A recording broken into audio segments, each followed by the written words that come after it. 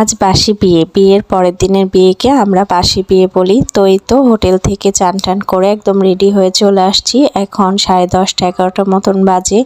আর আমরা তো বিয়ের দিন রাত প্রায় 3:30টার দিকে ঘুমাইছি।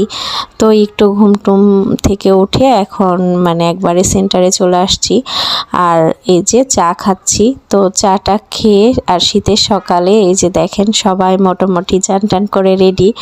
তো গল্প করছি আর চা খাচ্ছি। চাটা খাওয়ার পরে নাস্তা করব, সকালের নাস্তা।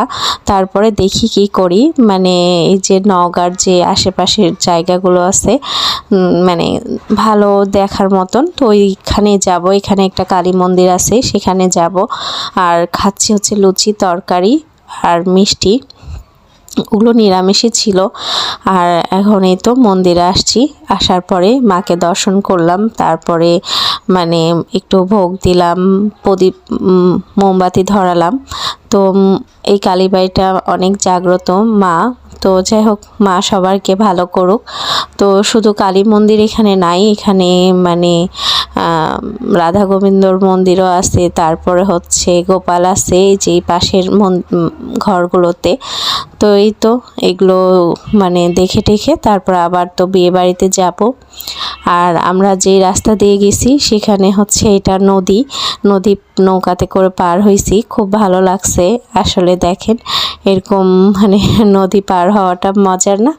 তো এই তো তারপরে এখন যাব, বাসি বিয়ে শুরু হবে।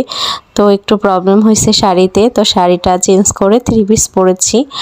আর ভাইরা তো ভাইয়ের শ্বশুরবাড়িতেই ছিল, ওখানেও গেছিলাম, তো আর ভিডিও নেওয়া হয়নি। এখন এই যে বাসি বিয়ে শুরু হয়ে গেছে।